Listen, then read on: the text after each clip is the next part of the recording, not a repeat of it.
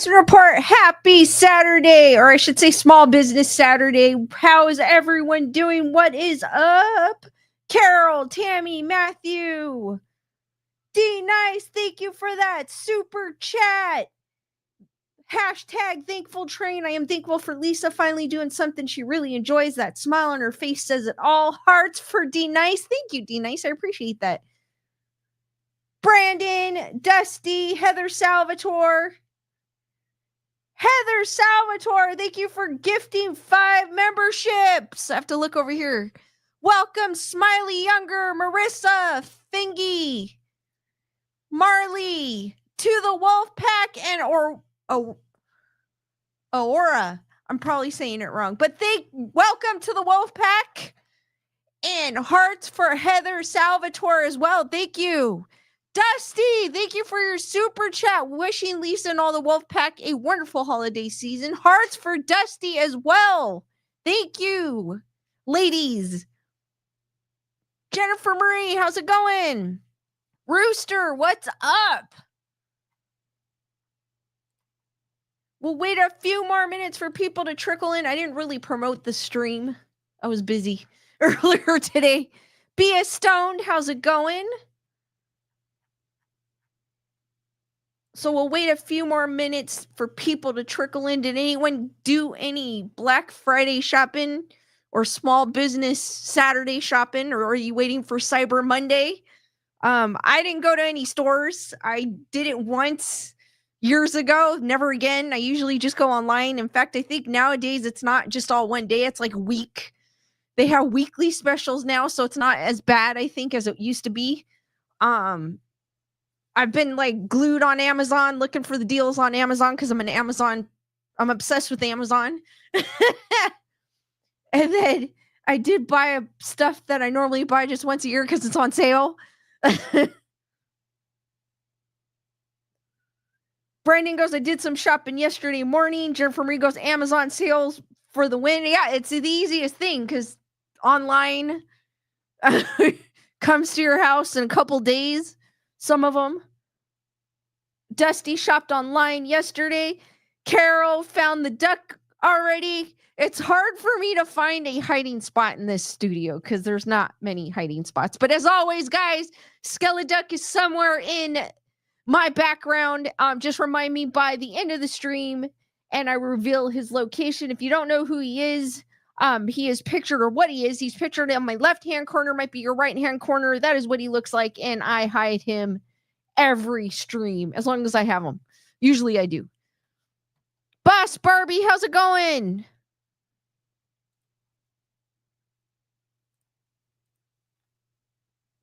They had some crazy deals yesterday. Jennifer Marie goes, I moved to the middle of nowhere, so I have to wait 4 to 5 days instead of the 1 to 2 for my Amazon stuff. Yes, I know, first world problems. That's not too bad, though, Jennifer Marie, because if you didn't order on Amazon, it would have taken like a longer, sometimes 2 weeks. So that's actually not that bad. Carol goes, I took my nephew door dashing since his father's car died, blew the transmission a week ago or so. Oh, that sucks. Well, nice of you to take him door dashing. Rave United in the house. If you guys are into electronic dance music, check out Rave United here on YouTube. I believe he just posted a video. If you guys could go over there after the stream and give that video a like, or if you multitask, you can do it at the same time.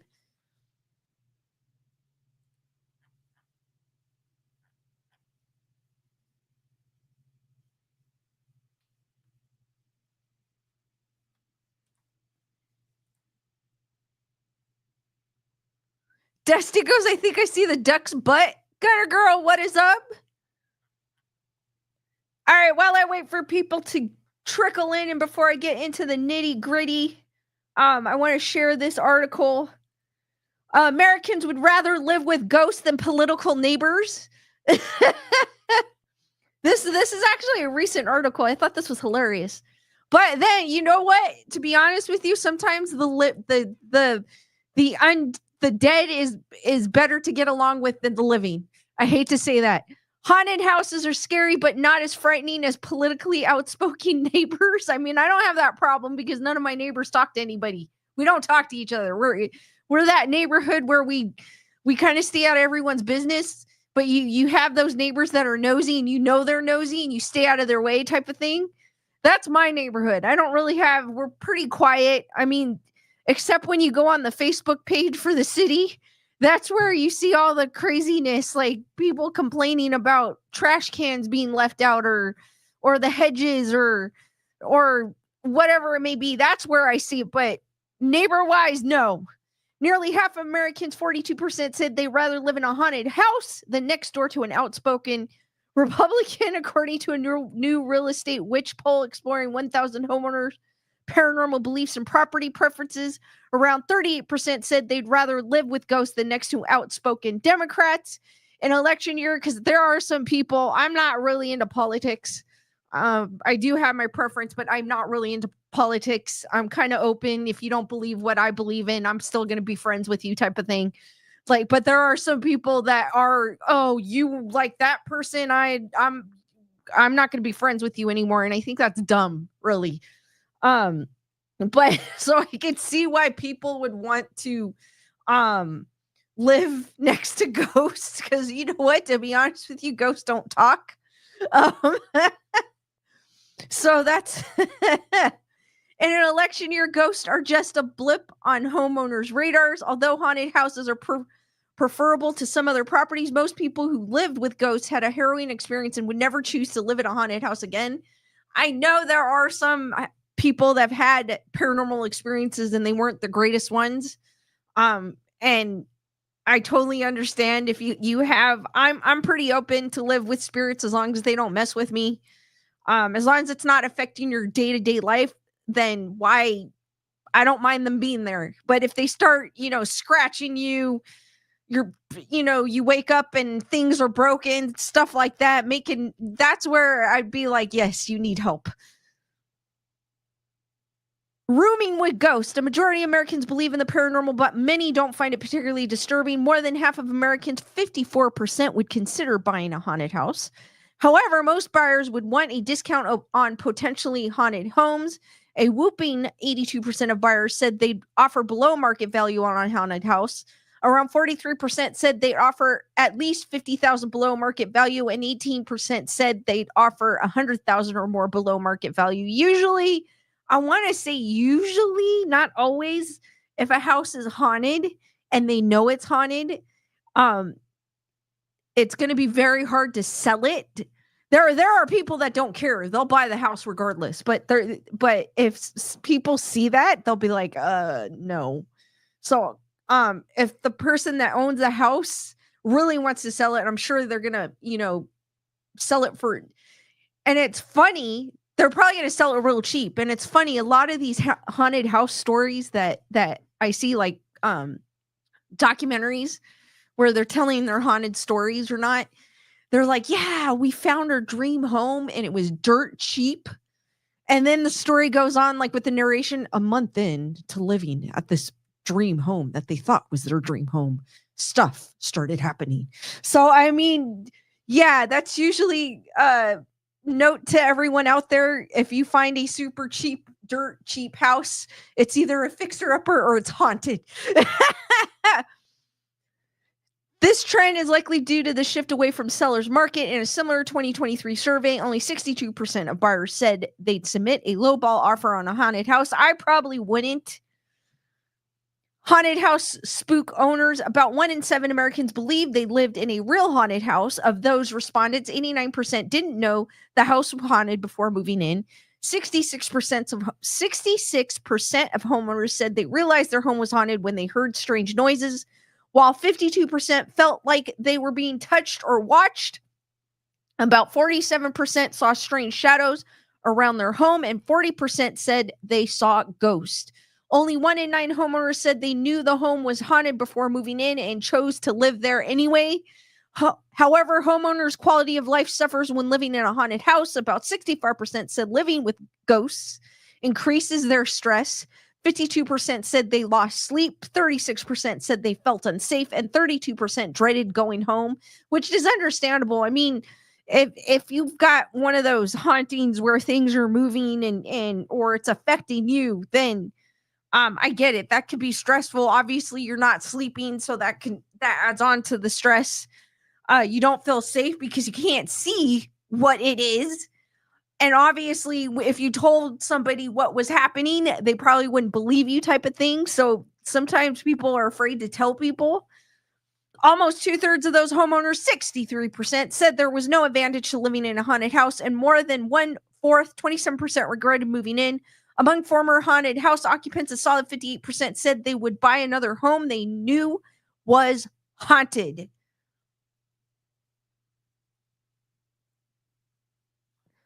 What is scarier than ghosts? Ghosts are scary, but home repairs are more frightening and expensive. 80% of Americans said mold in their home was worse than ghosts. Nearly 3 in 4, 74% said foundation issues were scarier than ghouls. 73% said termites. 73 said asbestos, and 67 said water damage were more scarier than ghosts. Termites, you would just put a tent up and they would fumigate your home. Mold issues are scary because it does affect your health. Asbestos, you want to stay away from that stuff. Water damage is scary depending on what type of water damage. If your house got flooded, that has to be a nightmare. These fears likely stem from Americans spending an average of $18,000 a year on their home in addition to their mortgage. Some Americans don't take ghosts seriously at all. Around 1 in 8 said homes with wallpaper are more concerning than ghosts, while 10% said a home with a lot of carpet is scarier. So a home with wallpaper is concerning. Why wallpaper? Because it's ugly? I know some wallpaper. I've seen pictures of wallpaper and it's just, yeah, that could be considered scary. It's an eyesore, some of them. A lot of carpet is scary. I mean, I guess depending on how big the house is, yeah, because you'd have to clean it, maybe. Disclosing haunted real estate, almost 70% of people who lived in a haunted house said they're harder to sell, and 60% say they sell for less. As a result, only 68% of sellers were willingly disclose that their homes is haunted.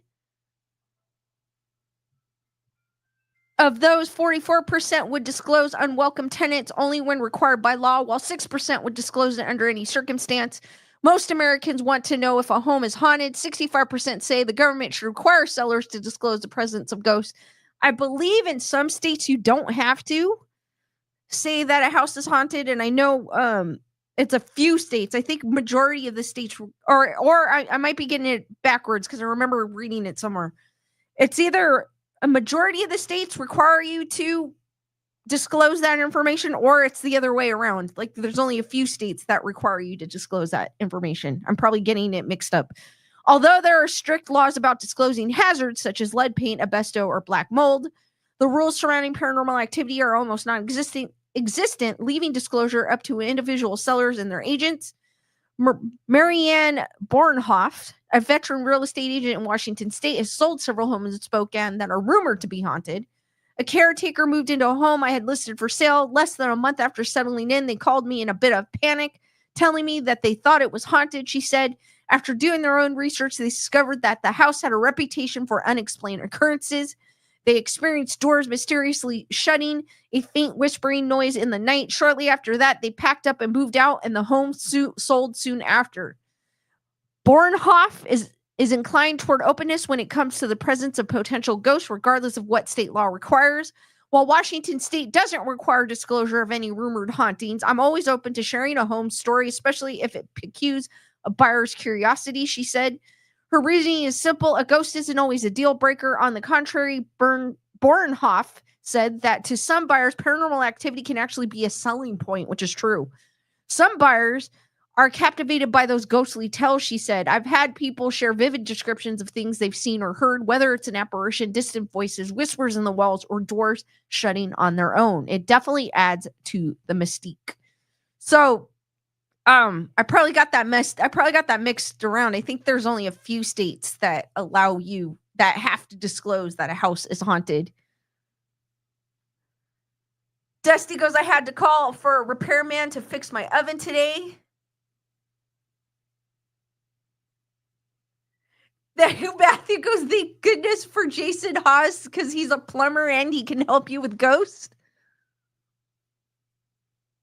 Jennifer Marie goes, when I was house hunting, hauntings was not a deal breaker.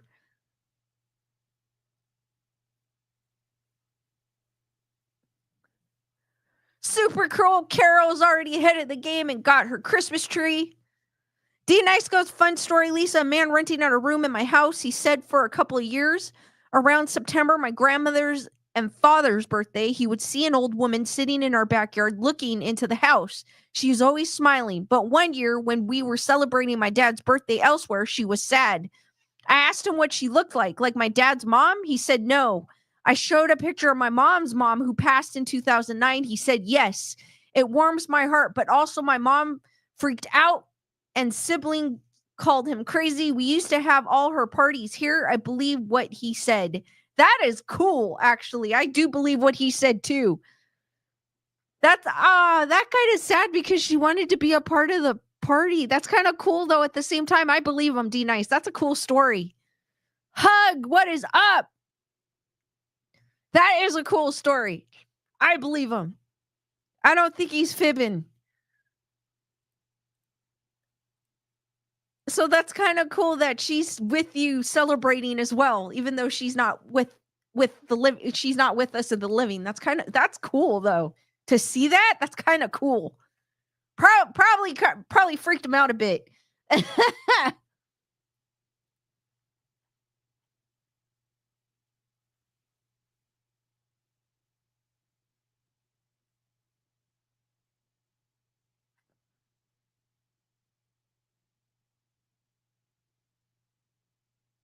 Oh my god, I didn't. Give me a second, guys. I didn't add my link.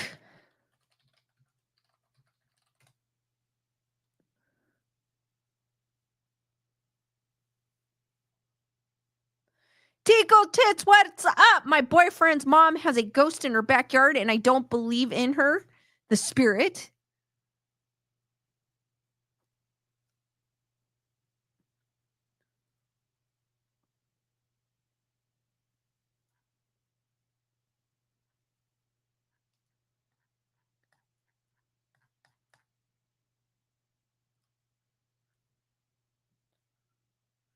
D Nice goes, he is very spiritual. I still feel her and my other grandmother's here, but that orb I shared on Telegram was for sure butter. I feel it.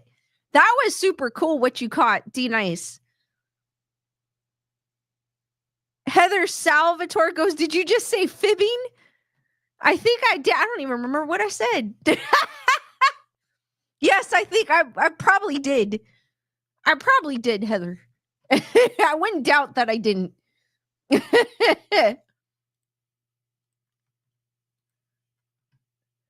So, who guys remember the Satanic Panic?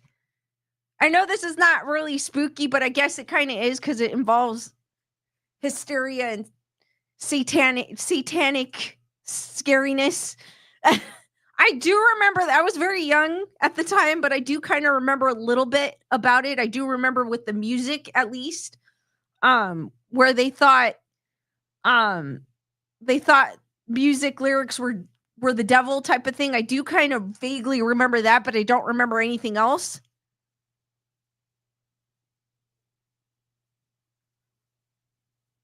D-Dice also adds, anyone want to find ghosts? Ring cameras are awesome. I'm a believer now. It catches spirits. I have a what's it called? Oh my god, I can't even remember the name. I have a Blink. There you go. I have a Blink. I have the Amazon camera. And it catches, that's the one that I have. I have a Blink Mini in my studio, and that's the one that catches the weird the craziness. Oh, guys, I should have saved it and I didn't save it. Remember when I showed you the video of the studio the other day, or not the other day, probably was a couple weeks ago or so, where something fell in front of the camera? Well, it happened again, but this time I saw tentacles. So I don't know what bug it is, but it's a bug that went by. It was the same type of thing. I just saw tentacles or legs, and then the dust went like it dropped down and there was dust. I should have saved it and I didn't save it. But I was like, okay, that's my culprit. It's some type of bug. I don't know what kind. but but that was what caused the thing, or the falling thing, but not the orbs. The orbs I still go by, but that the thing that fell or whatever it was in front of the camera, if you guys remember, there was a bug this time and it kind of had the same movement, except the bug was crawling on the camera this time.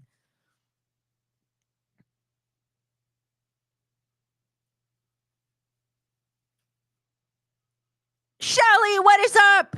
And I'm sure they're still on sale too, because I think the sales go on until Cyber Monday. So if you guys are looking for a camera.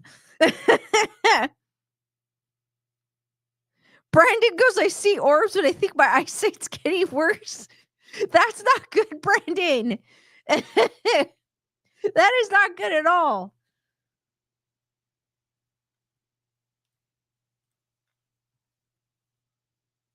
Doing good, Shelly. Doing good. Thanks for asking. Brandon goes, just kidding. I was going to say, Brandon, you're too young for that. What was the satanic panic inside the mass hysteria that swept America in the 80s and the 90s?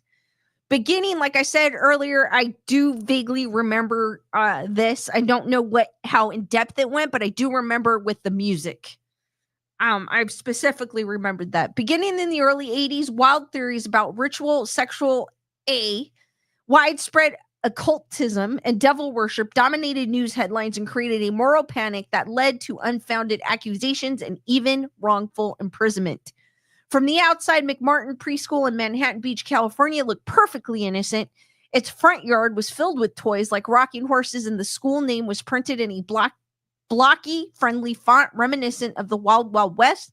But in the 80s, McMartin Preschool was the center of an alarming nationwide phenomenon known as the Satanic Panic. In 1983, a mother who was later diagnosed with paranoid schizophrenia accused teachers at the school of abusing her son. Other allegations soon followed, each more shocking than the last. The teachers were not only accused of molesting their young students, but also flying around in the air, sacrificing infants, and brutally killing animals before the children's eyes. Far from being an isolated case, McMartin Preschool was just one of several daycare centers that were caught up in the Satanic Panic, which also extended to alarm over board games, songs, and even corporations.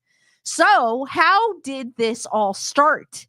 How did it manifest itself in American society? And did the widespread hysteria of the 80s really ever end? Matthew goes, backward records. I was going to mention, because I had that in my mind, I was going to mention it. And you know how, if you guys are familiar with the movie The Gate, they did that. They played the one of their records backwards. Matthew also said people complain about Halloween, yet they are who helped bring Halloween to the US. They changed it too. Halloween, the origins of Halloween is completely different than what we do today. Like, it evolved. I know a lot of people, if you go, I mean, they still kind of celebrate Halloween, but they won't do the devil costumes or stuff like that. And I'm like, the first seeds of Satanic Panic. Joan Didion famously remarked that the 1960s ended with Charles Manson's followers who murdered actress Sharon Tate and 4 others in August of 1969. One of the killers, Tex Watson, purportedly sneered, "I'm the devil and I've come to do the devil's work." I'm not going to show that picture. Arguably, the shocking display of evil also marked the first stirrings of the Satanic Panic. Indeed, Americans in the 70s and 80s seemed to suspect that the devil was lurking everywhere. In 1978, McDonald's was forced to publicly announce that its founder, Ray Kroc, did not financially support the Church of Satan. In the early 1980s, Procter & Gamble became the target of rumors that its 13-starred logo, a reference to the 13 original colonies, was the symbol of the devil. Horror films seem to reflect this anxiety. In The Exorcist of 1973, The Omen of 1976, and the Amityville Horror that came out in 1979 all dealt with the demonic themes. In fact, the Ouija board wasn't considered evil until The Exorcist came out. Which is funny because I never put it, which kind of goes on with the Satanic Panic. I never connected the two, but because the Ouija board used to be something that people had on their coffee table and used like they were playing cards, and it changed when The Exorcist came out. Like the view of what people saw it as, it became evil after The Exorcist. The roots, so this is the symbol of Procter and Gamble, that they had mentioned. Some saw the devil in the former Procter and Gamble logo, though the company insisted that there's nothing satanic about it. There's nothing satanic about this. Like, what the hell? It looks like a quarter. It really does. It looks like something that would have been on our quarter, the United States quarter. I don't see anything evil about that. Do you guys see anything evil about that? Jennifer Burry goes, people are great. They are.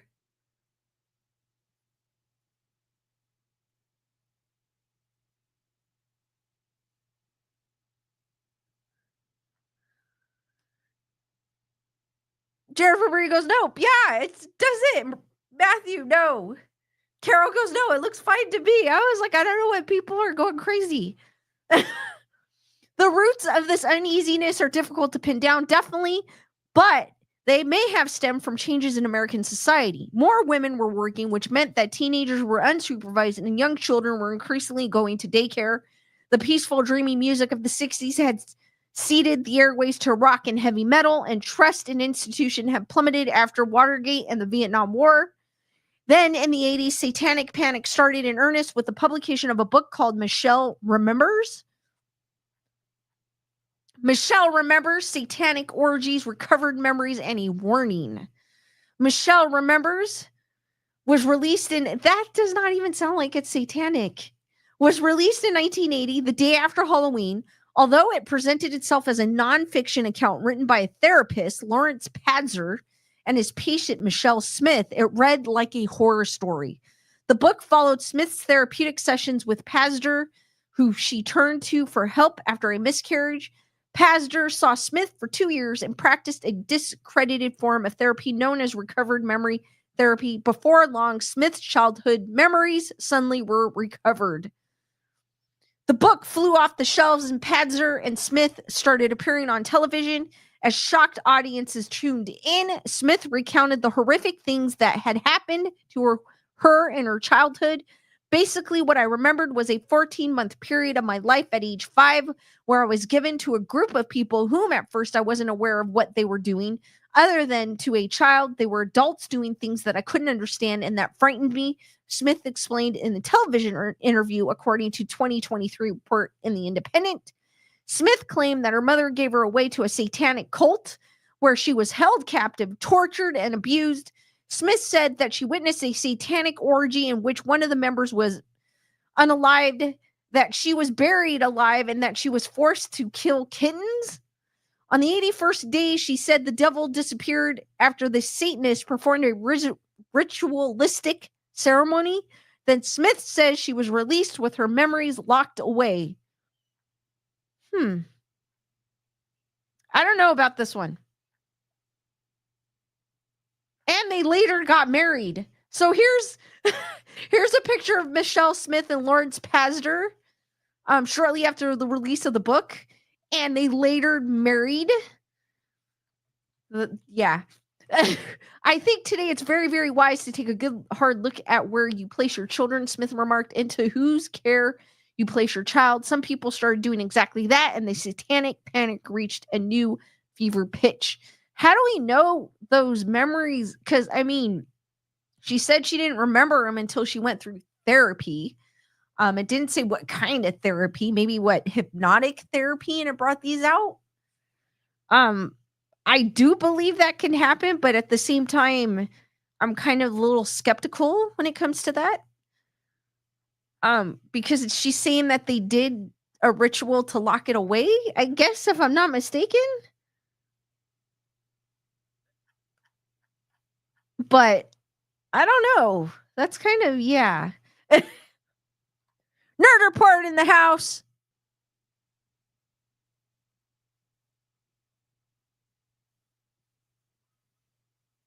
Jennifer Murray goes, that's a common trauma response. I do know that. I do know if someone has gone through a super like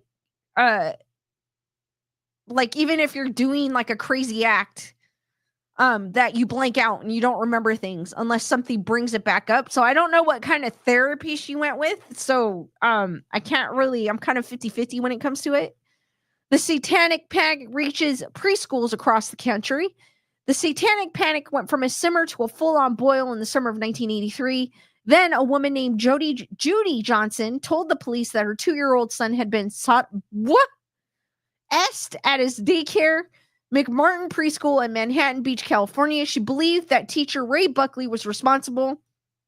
In a letter to the district attorney, as reported by the New York Times in 1980, Johnson went even further, recounting an alarming incident that included a goatman, a ritual-type atmosphere in a church where another staff member drilled a child under the arms and Ray flew in the air.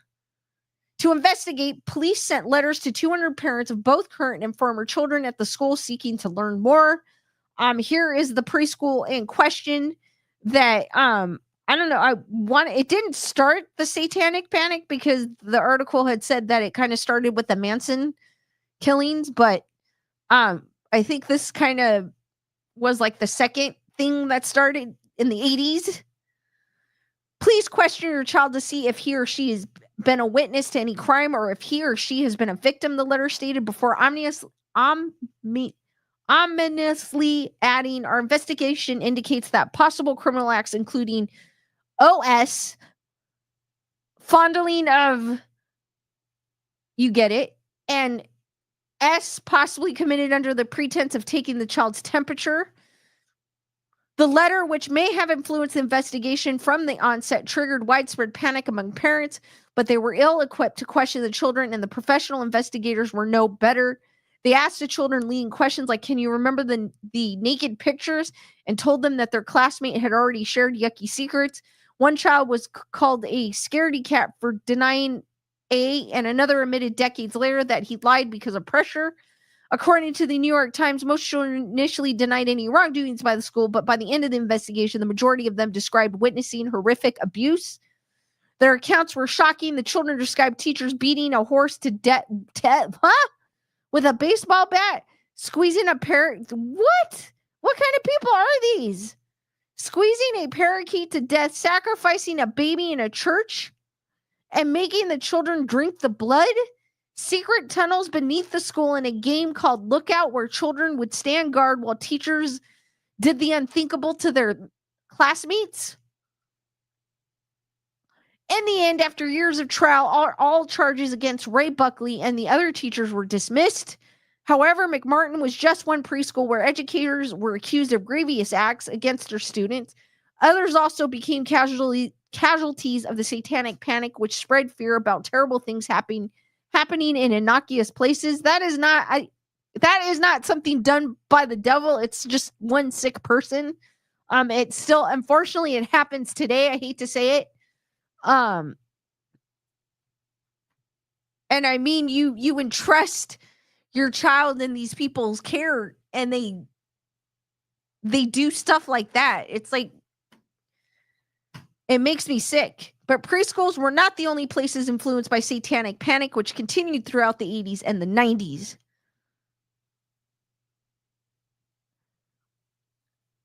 Jennifer Murray goes, I promise you, if a child saw that, the parents would know that day some weird happened. Preschoolers aren't just going to act normal after witnessing something so awful.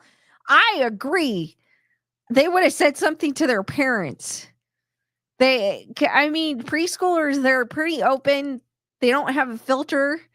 If they saw something that horrific, unless they said something to them like, oh, don't say anything or we're going to do something to mommy and daddy. I don't know, because it doesn't really go into detail. I don't think that's like hysteria that's happening. And I think that does, because I mean, like I said, it unfortunately happens today. So Jennifer Marie also added, if they don't say something, they will act withdrawn and fear going back to school. Exactly. They'll show resistance. They'll be like, I don't want to go back.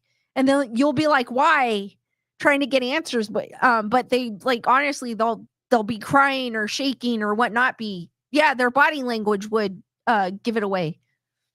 From backward songs to board games, the final days of the Satanic Panic. Satanic Panic continued to manifest itself in different ways throughout the 80s and 90s.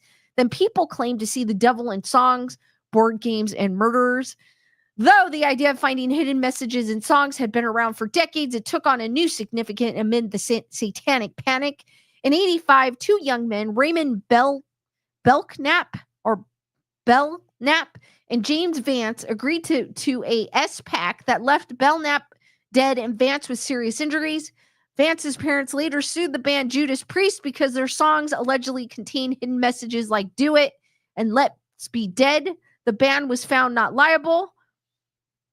Games like Dungeons and Dragons, which contained magic spells and monsters, also faced accusations of Satanism. A grieving mother whose son had died by S formed the organization Bothered About Dungeons and Dragons, or BADD, in 1983. She claimed that the game encouraged devil worship and was replete with demonology, satanic type rituals, and more. Satanic Panic was also used to justify horrendous crimes like the murders of 3 8-year-old boys in 1983. The prosecution claimed that their alleged killers, teenagers Damien Eccles, Jesse Miskelly Jr., and Jason Baldwin, the so-called West Memphis Three, had killed the boys as part of a satanic ritual. They were convicted but later freed. Like all things, the Satanic Panic eventually started to ebb. But did it ever truly end? Today, an equivalent might be K-Aon, a group that believes in secret cabals that torture children and conduct satanic rituals. Just like with the Satanic Panic, adherents to K-Anon believe that they are protecting children from unspeakable and near invisible evils. Perhaps both movements reflect an ancient fear that monsters lurk in the dark, that our loved ones are vulnerable to their influence, and that evil can make itself known in even the most innocent places. Very true. What the heck is this K-On group?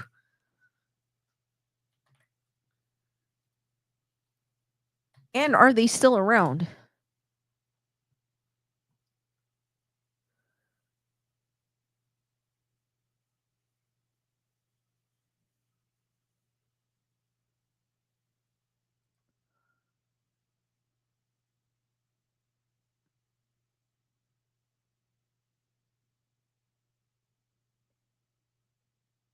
They're a conspiracy group. It says they're a political conspiracy group.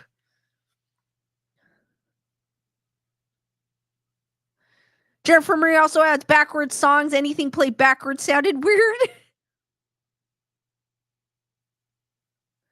D Nice goes, Tom Hanks of Mazes and Monsters is a much watch.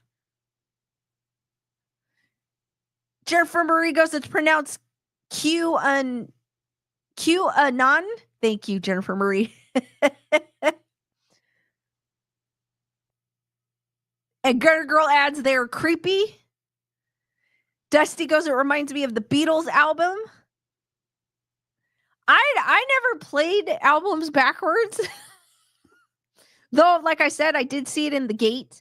I guess in The Gate, if I remember correctly, it told him how to open or close the gate. I think, if I'm not mistaken. I haven't seen The Gate in so long. It's been a while. Heather Salvatore is asking, I got to swear?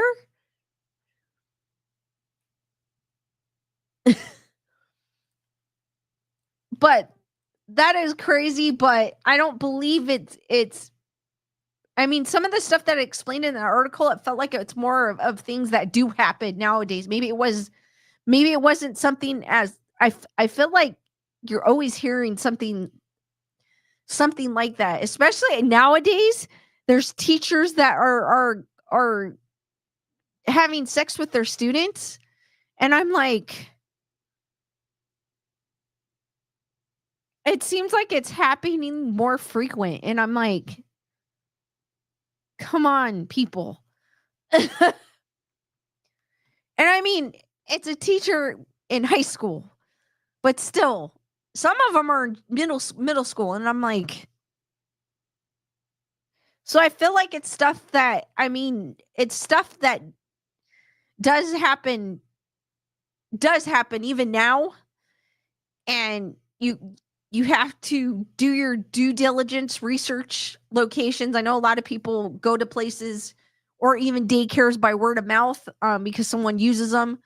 So it's always good to check and triple check, dot your I's, cross your T's to make sure your child is in a good place.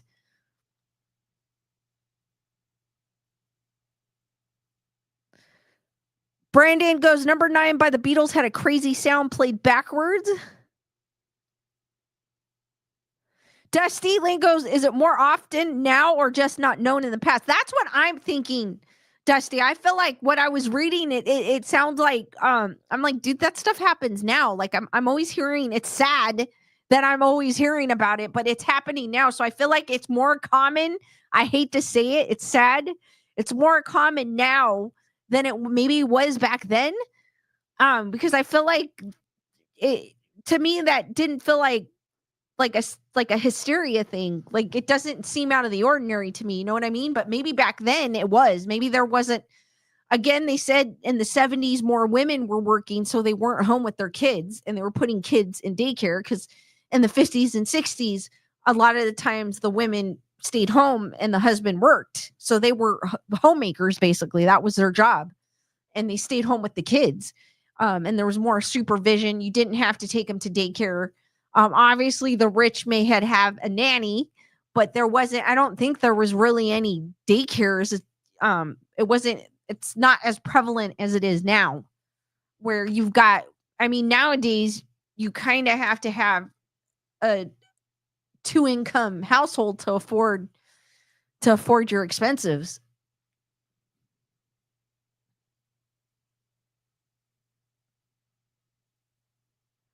Heather Salvatore goes, I know 5th graders. It's sad that stuff is happening.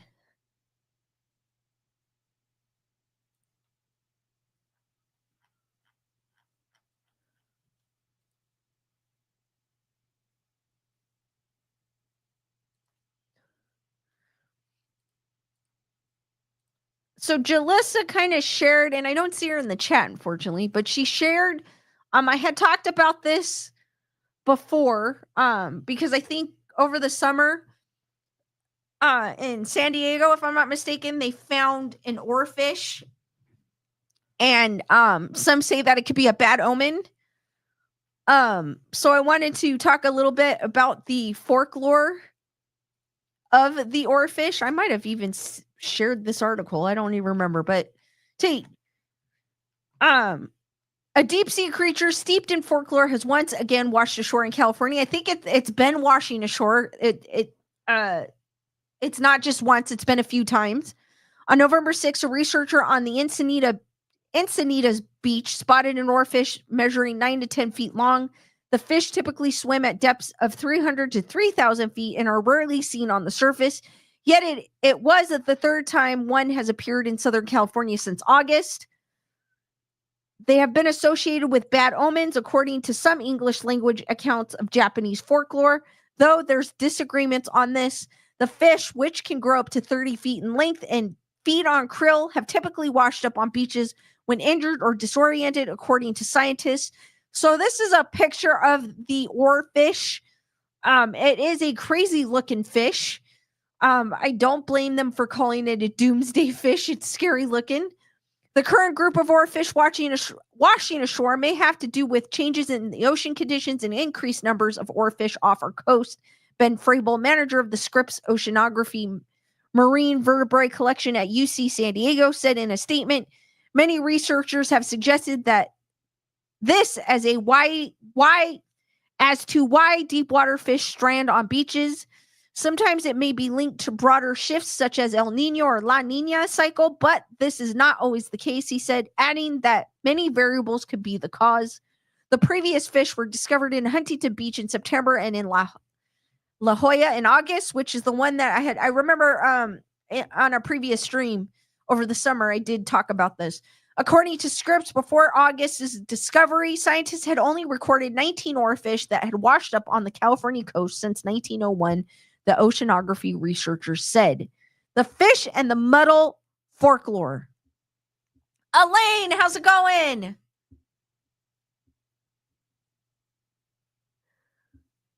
And then Dusty wanted to add, we had a teacher at my high school in the 60s that was always hanging with the pretty girls, questionable for sure. Pretty. And you know what? To go back to that, it could have been happening then, just people didn't talk about it. That could be why it was shocking to them, because maybe it was happening, but no one was like really talking about it. Oarfish have been found around the globe, but one particular country's history with the fish has gathered the most attention, Japan.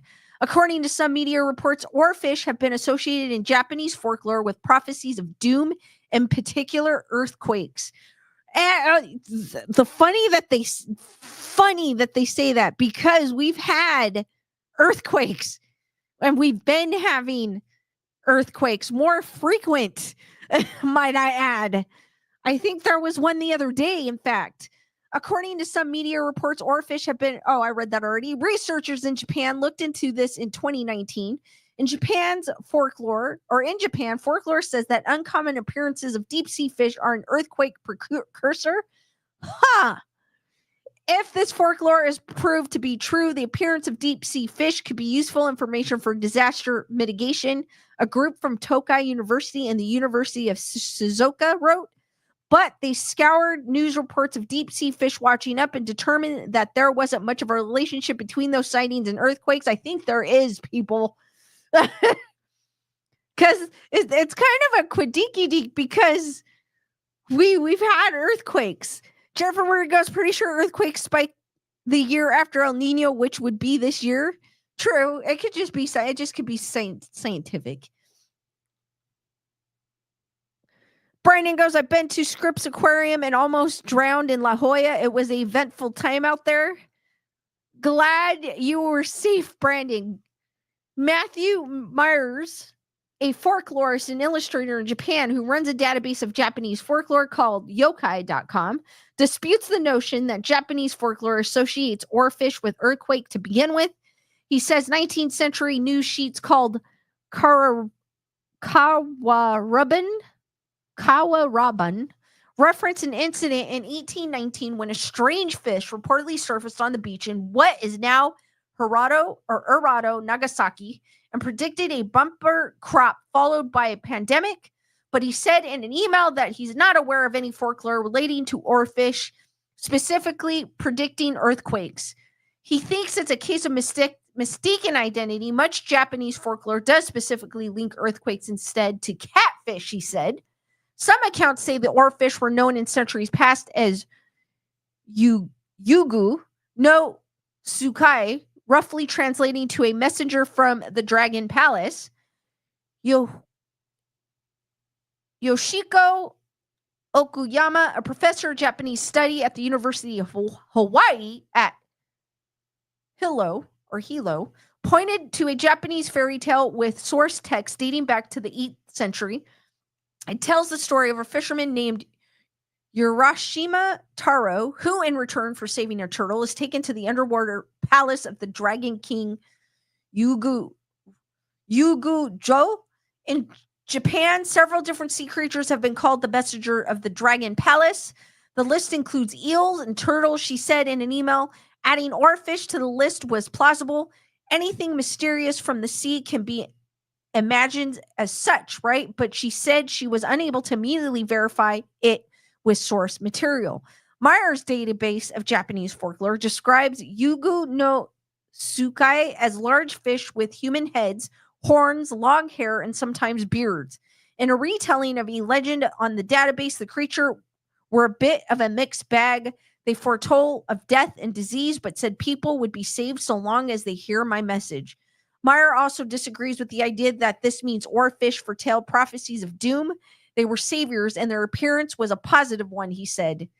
So It is a myth, basically. You gotta love folklore and the misinterpretations of myth, but I'm kind of glad that they're saying horror is a good seeing the doomsday fish is a good thing and not a bad thing. Dusty goes, the earth is experiencing plate shifts right now, causing earthquakes all around the world. Dusty, it was Hilo. Thank you, Dusty. D Nice goes, that earthquake that happened during my grandmother's funeral and burial in 2014. One of my siblings came up with the idea that my grandmother was telling God or the higher powers, no, I am not going yet. And she smashed down back to earth.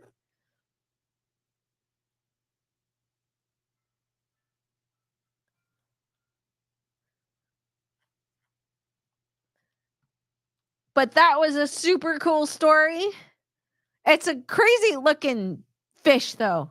So I don't blame people for thinking that it's a harbinger of doom.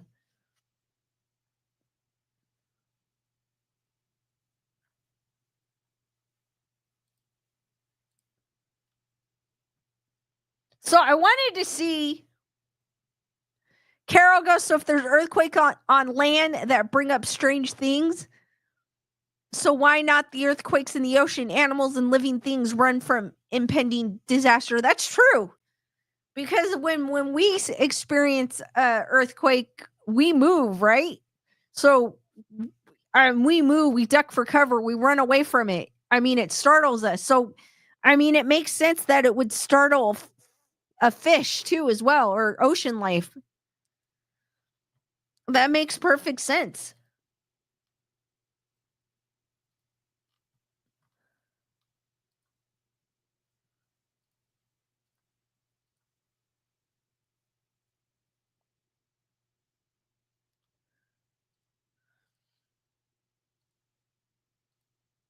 So I wanted to see what the most famous ghost stories ever were. So I Googled it just out of curiosity. I found this article. The 6 most famous ghost stories ever, most famous ghosts in the world. We all love a good scary story, and luckily they're not just for Halloween. Famous ghosts and ghouls make for the very best scary stories, and luckily for you, we rounded up our favorite famous ghost stories in this very handy list. Get prepared to be spooked. So this is according to Haunted Rooms. I don't know if this is the most haunted famous ghost stories, but we'll read on. The Flying Dutchman. It might not be a human ghost, but the Flying Dutchman is without a doubt one of the most famous hauntings of all time. Dating way back to the 17th century, this is one of those seafaring stories passed between sailors during long, arduous voyages. But as with most sea stories, there is an element of truth to the tale. The ship was doomed to being swallowed by the seas once the captain refused to turn back toward safer waters. During a rough storm, passengers and crew begged the captain to take to safer seas, and still he refused. He thought he would be able to take the ship through the storm and somewhat foolhardily challenged God to take him, his people, and the ship down. Thus, the ship was taken down. The Flying Dutchman is seen at sea either as a light or somewhat translucent image and brings with it a sense of doom. Moral of the story, don't mess with the sea. Also, too, yeah, I've heard about, even in the movies, you'll hear about the Flying Dutchman.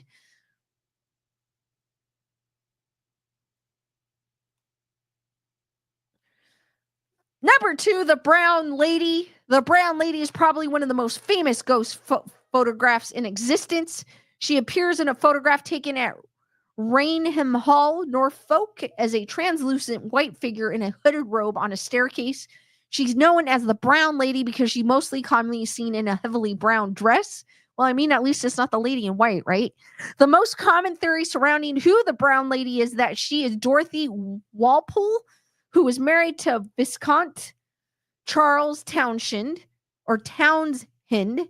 She died in 1726 under what many people now believe to be the mysterious circumstances, and was seen regularly around the hall until a photograph was taken of her in 1936. She's now seen far less frequently. And there's articles that go more in depth. The Stanley Hotel. I know there's people that been to the Stanley Hotel and haven't experienced anything. The Shining was based on Stephen King's experience at the Stanley Hotel. Some of the most famous hauntings and ghost sightings, and it is on my bucket list, have taken place at the Stanley Hotel in Colorado, which was the inspiration for Stephen King's The Shining, which was an homage to the place now plays 24/7 on every TV channel. It does. It's an iconic film. A few of the ghostly goings-on at the hotel actually appear in the book and in the film. For example, staff at the hotel claim to have heard music and a commotion in the ballroom in the middle of the night, and whilst it has been completely empty. Children are heard racing through the halls, and guests have been reported seeing ghostly figures watching them in their rooms. Room 407 is thought to be the home of Lord Dunraven, who used to own the land on which the hotel is built. He's often blamed for any jewelry that goes missing, and unsurprisingly, for the large amount of activity that occurs on the 4th floor. Elaine goes, I just want to go and see it for myself. You know, that's how I feel about it. I just want to go and see it. It's a beautiful hotel. I've seen pictures of it. I don't care if it's haunted or not. I just want to see it.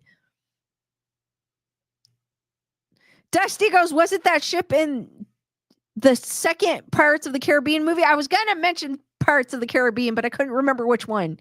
It is, but I don't know which one.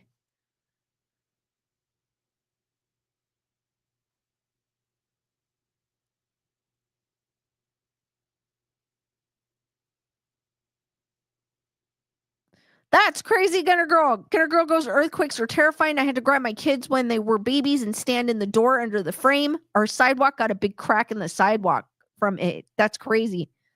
Matthew goes, yes, I remember about the kid that takes things on ghost hunters when they went to the hotel. Carol goes, that was Davy Jones' boat. So the Berini haunting? Starting in the late 70s, the Berini haunting occurred at the residence of Joe and Rose Berini and their 2 children in New England. The 2 children were from, I think this website is located in New England, or not New England, in England, if I'm not mistaken. The 2 children were from Rose's previous marriage, and in 1979, they were visited by a ghostly young girl who claimed that her name was Serena. Neither Joe nor Rose knew of a Serena in their family and were puzzled by the visit, although it was not without consequence, because shortly afterwards, their daughter Daisy nearly died during an operation to have her tonsils removed. These spooky visits from childish ghouls and unfortunate events in the life of the Berini family became more common, with events accumulating in Rose's levitating out of her bed and 2 exorcisms before the family was finally left in peace. The Winchester Mystery House, another house that's on my bucket list. I've never been to it. It is up north here in California. Home to some of America's most famous ghost sightings, the Winchester Mystery House took 38 years to build. Under the guidance of ghosts and ghouls, instead of using architects to help with planning and design, Sarah Winchester, grieving after the death of her husband, asked for the help of a medium. He told her that he and her daughter had died due to a curse on the family because too many people had died at the hands of the Winchester Pew Pew. Sarah had to move, and not only that, but she had to build a house specifically for the spirits. But she couldn't just build a house for them. If she ever stopped building, the curse would get her too. A bell tower was added to summon and dismiss the spirits, and a seance room to speak with the spirits directly, as well as her husband. The house is known as the Mystery House, and in fact, tours are still given there today. Due to the odd layout of the house designed to flummox bad spirits and keep Sarah safe from the curse, hallways double back on themselves, doorways drop down to nowhere and lead to windows. Stair posts were installed upside down, and everything in the house had 13 of something, 13 stairs, 13 panes of glass, 13 windows in the 13th bathroom. Whether she thought using the number 13 would keep her safe from demons or not remains to be seen, but it's a fascinating house.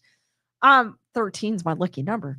Not only that, but all the summoning of spirits reportedly means that the house is brimming with paranormal activity, Organs are said to play of their own accord, and there are cold spots throughout the house. Voices are heard with no explanation for the origin, and there have even been sightings of spirits throughout the house. Jennifer Murray goes, I've been a few times and the house was always still under construction when I went. I think it's because Heather Salvatore goes 13 is my favorite. It is my favorite number. It's one of my favorite numbers. It could have been too, maybe they're retrofitting it for, I don't know if that's what they're doing. I'm just thinking.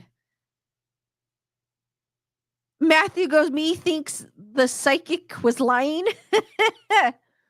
I mean, it kind of makes sense because her husband did create pew-pews, and a lot of the pew-pews did unalive people in the Wild West, so it does make sense. Carol goes, the house has a lot of strange rooms, hallways, and stairs that went to nowhere. A maze, you could say. Tammy goes, it's my birthday number. What is up, Tammy? Heather Salvatore goes, it has to always be under construction.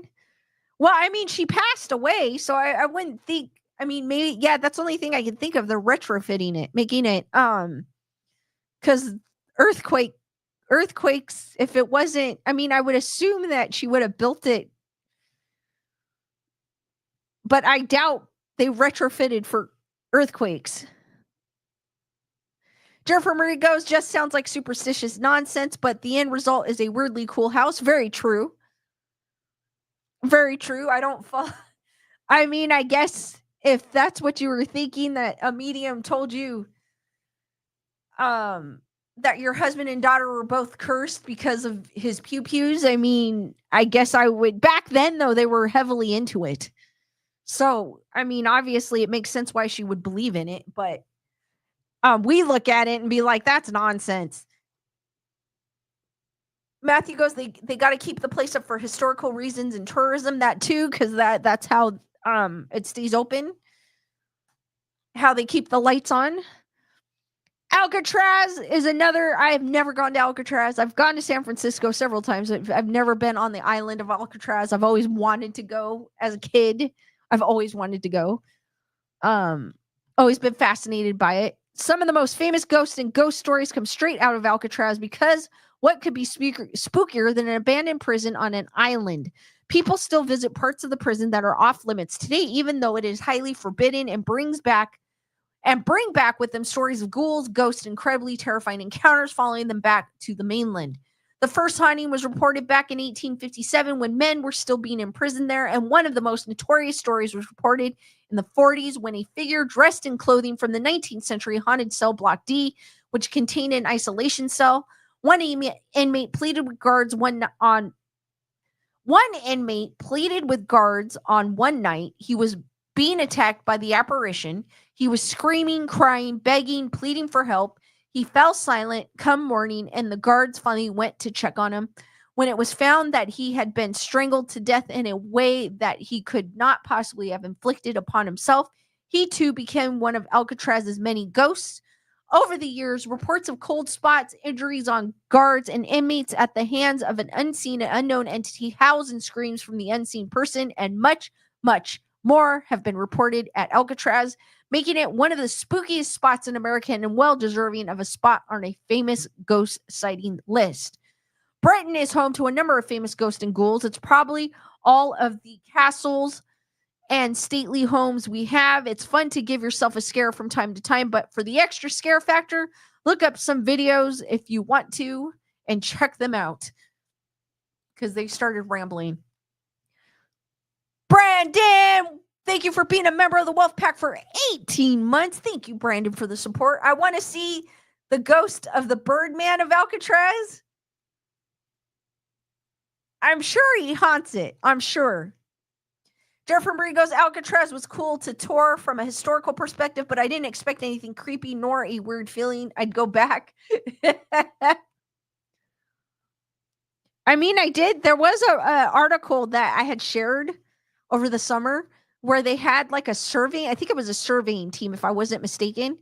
And I think they were surveying it for I forgot what they were surveying it for, but they stayed overnight on the island, and they were staying in the part that they were staying at is off limits to, the tour or whatnot. And one guy literally, I guess he was supposed to sleep in there, and then in the morning they found him with his bags in another part, and he said, "I'm not going back in there." And they were like, "Why?" "It's because there were noises coming from above me or something like that, or things moving." So, I don't know. I think you just have to be maybe be there at the right time. I don't know, but I still want to go regardless. Like I said, regardless if it's haunting or not, it's history. I like seeing old buildings, old historical buildings and stuff. And now I've always been fascinated by Alcatraz. Elaine goes, "We went there when I was 6 months pregnant and went into that cell. I immediately got sick and we had to go back to the dock." That is crazy.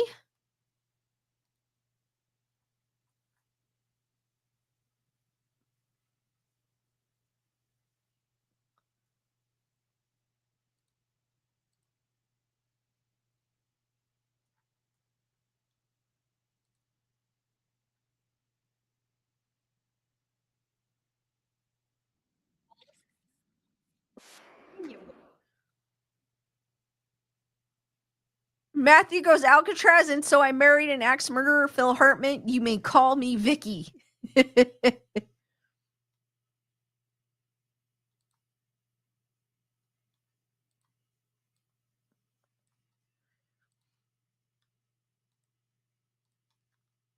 So this is from the Daily Mail.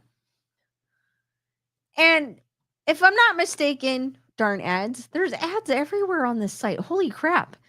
The Daily Mail, if I'm not mistaken, is a UK tabloid site. So I usually take things on here with a grain of salt, but they do have crazy things. Let me reload this.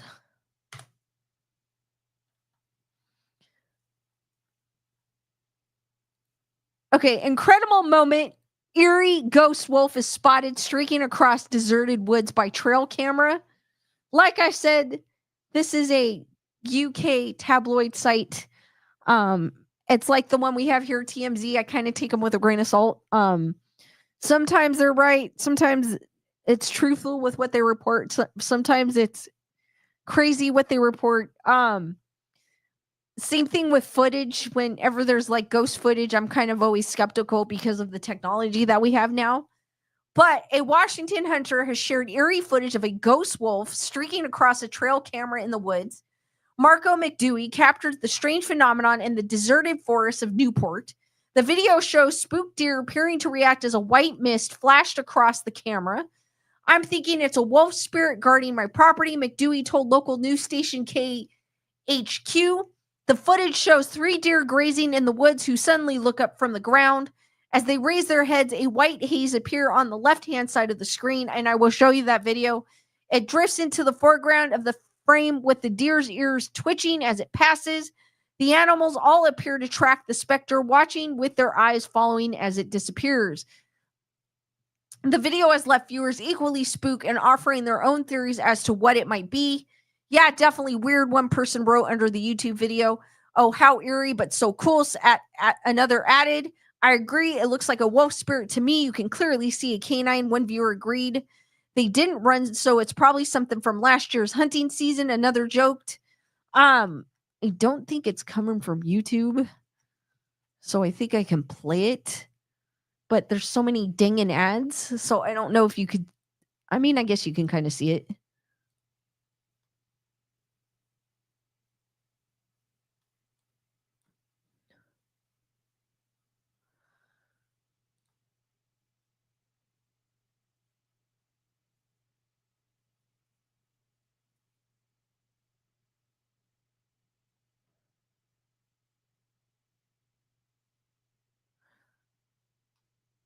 I don't want to see an average. How funny. We're talking about Ring and there's an advertisement for Ring camera. Hold on, guys. I mean, it does. Oh my God, what the heck is it going into? Oh my God, with the dinging ads. So here are the deer. They look up. You see this white mist to the left hand side of the screen. And it shows it again. White mist. I mean, it does look like a wolf. I mean, I don't put it past them, but is it something spiritual? I can't tell you. Heather Salvatore, because we call those college students around here. Jennifer Marie goes, that's weird. I have no idea what that is. It's weird. It is weird. I mean, it does look like the wolf. I mean, I'm not kidding you. It does look like a wolf. But then it could be that what is it? The thing where you think you saw something, but your mind makes you think it is what you saw when you didn't see that. But I have no idea what that is. It's definitely, I mean, the deer, they're eating and they lift their head when that thing passes by. So it's something. It's something. I just don't know what it is. Jennifer Marie goes, if the deer didn't react to it, I would definitely think fake for sure, but it's weird that they reacted to it. Exactly. They reacted to it. So there was something there. They saw something, but I can't tell you what. Because I was thinking it was going to be lens flare or something, because usually that's kind of what it is. And also, too, you know, sometimes when you upload the videos onto a platform, it changes its compression. So sometimes during that, it could cause things to happen. So I always, yeah, it's going to be lens flare. Maybe when they uploaded the video, stuff like that. This I can't explain. Heather Salvatore goes, those deer would have been gone. I mean, but still, though, they sense something. I mean, if it's a ghost, I don't think if it was a spirit or something, they would have, they sensed it. They sensed whatever it was. I'll put it that way. Dusty Lane goes, what a big mouth you have, Grandma. Yeah, you're right. It could have been the big bad wolf from Red Riding Hood. Matthew goes, hungry like a wolf. But I don't know. I don't know with that one. That one has me intrigued a bit.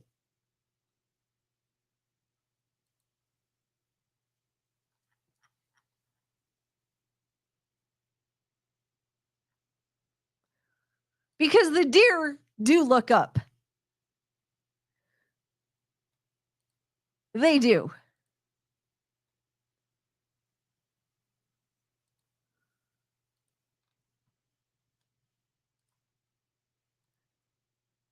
But then again, it could be someone. Heather Salvador goes, headlights. Jennifer Marie goes, they definitely saw something. This is coming from Jennifer Marie. Jennifer Marie is like, when she sees videos, she'll debunk it. And she's like, they definitely saw something. And that's how I feel. I'm kind of with you, Jennifer Marie. They saw something. I just don't know what it is. Heather Salvatore said headlights. Maybe it was headlights, and but it was in the left. I guess it's in like a deserted area, though. I think it said. So I don't think it would be headlights.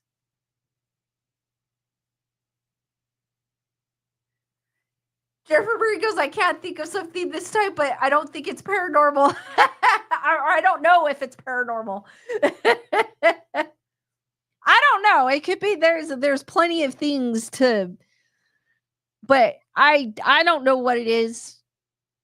I mean, it could have been headlights. I don't know, but they did say like it was in a kind of secluded area.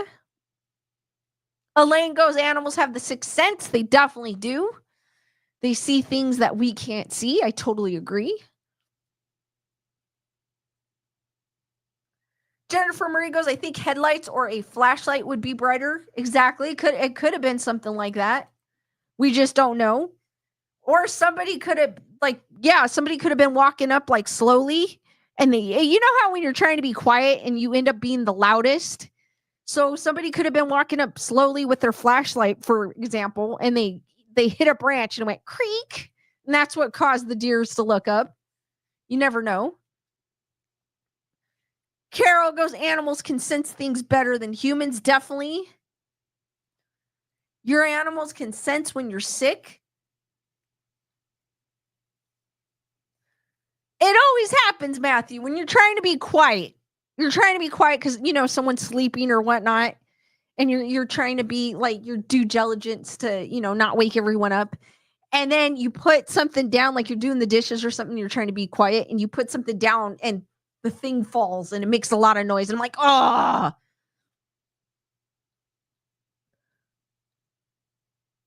Be a stone true. If there was a person, the deer would have took off.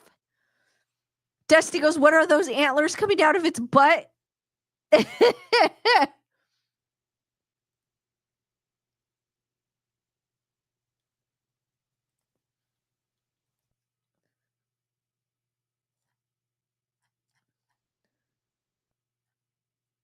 I didn't see any antlers coming out of the butt. Hold on. Here's a still.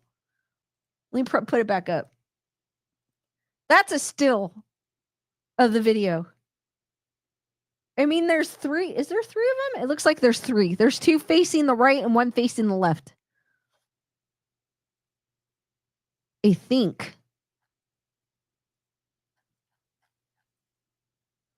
It almost looks like there's 2, but I think there's 3. But I don't see any antlers coming out of their butt.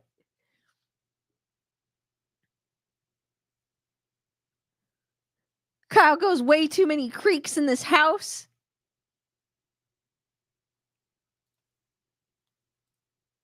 Or you're trying to be quiet and sneak up on somebody and creak, like what Kyle said, creak in the house, and you're like, ah. Not that we sneak up on people, but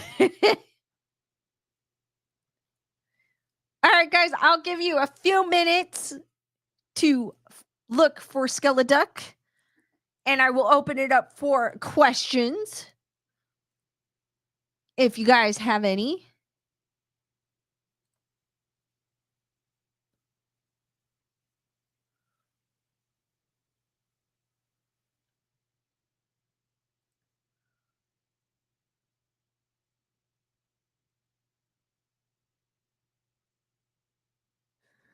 Elaine's like, you're like, shh, and then you spout out inappropriate words and you're done for. Exactly. Dusty goes, the clip when its head is down on the ground. Hold on.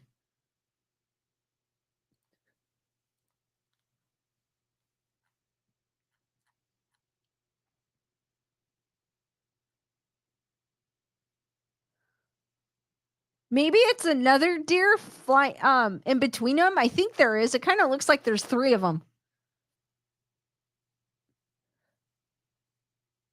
Matthew goes, be very wetty. What is he goes? Be wetty, quiet. We're hunting rabbits or wabbits. I love that cartoon. Jennifer Rigo, Skeleduck was sneaky, but not sneaky enough. There's not many places I can hide in this studio. I have to kind of be creative.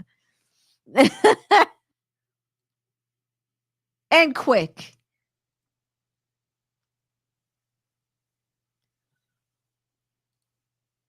Did anybody watch anything interesting this weekend? I haven't had a chance yet. I think I was watching that Netflix. I thought I'd finished it, but I guess they added episodes to it. The I Am a Killer, I guess it's called. It's on Netflix.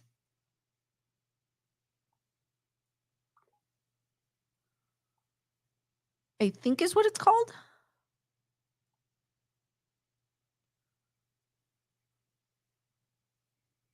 Or something like that. It's where they interview a person that's in jail for committing a crime, and they talk about why they're in jail and stuff like that. Matthew goes, I've been watching Riff Tracks on Pluto TV.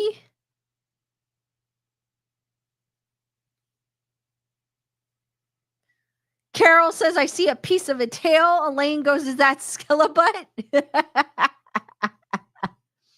All right, guys. It looks like most of you had figured out where Skilleduck is. He is... Hold on. Hold on here. Oh my God, I'm like running into things. He's right there. You guys were right. It's his butt, right where my finger's at. That is where he is. Right there. You guys were right. Brandon saw the trailer for Squid Games 2. Oh, that's right. It's coming out this month. We waited ages for it.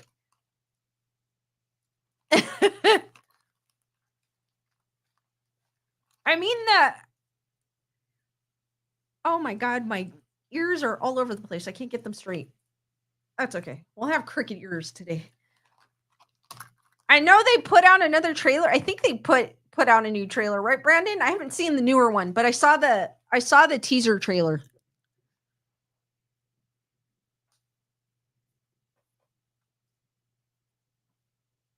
Dusty saw a couple of creepy missing persons murdered on 48 Hours. Jennifer Marie feels like another Lifetime Squid Games came out. Same with Stranger Things, like, get on with it. I know exactly, like, when does Stranger Things I never really got into Stranger Things, but I've been seeing it posted everywhere, like, season finale, and I go, where is it? Squid Games, it took a long time. It's weird because I just came across it. I think I was just scrolling on Netflix with Squid Games, and then I started watching it, and I was like, holy crap, and I became hooked. But I don't know how the second one's going to be any different unless they change the games. You know what I mean?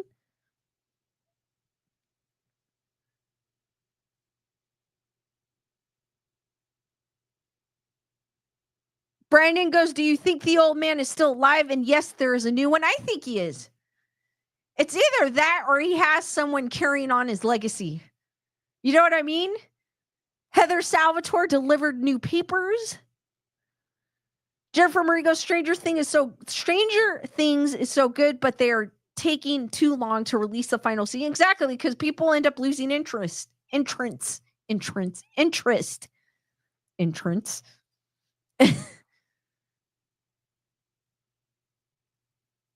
Bia Stone has been watching Ghost, the American version. Pretty funny, super cool.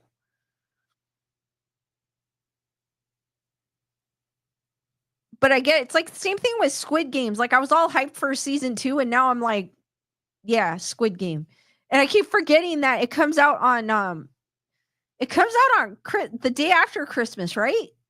Or is it the day of Christmas? It's a weird day to release a movie, a series, but Elaine goes, rewatched Lie to Me series. I've been pretty much like true documentaries. When I reach all the ones on Max, I go to Netflix. That's kind of what I've been doing lately. All right, guys, any last minute questions before I end this stream?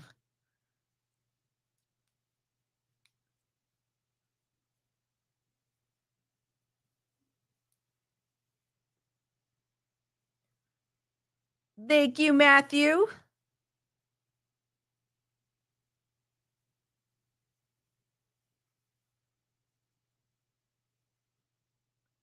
Jennifer Marie is saying, I'm telling you, you got to watch the Max docu-series on the Love Has Won cult. You know what? I think I've seen it, Jennifer Marie.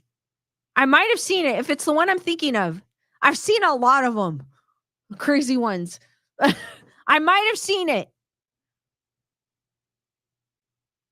I might have seen it.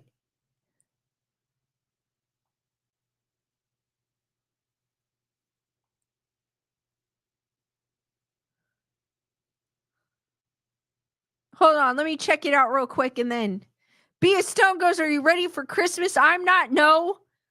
I can't believe tomorrow's already the 1st of December. It's crazy. Or some places it's already the 1st of December, depending on what time zone you're in. Thank you, Gunner Girl. Thank you, Dusty. All right, guys, without further ado, if there's no further questions,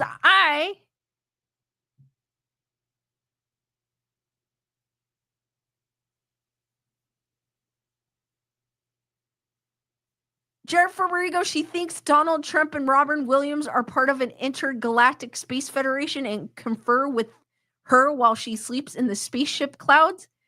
That is crazy. Elaine goes, Midnight Mass is good, is on Netflix, is good. I have to check that one out, I heard.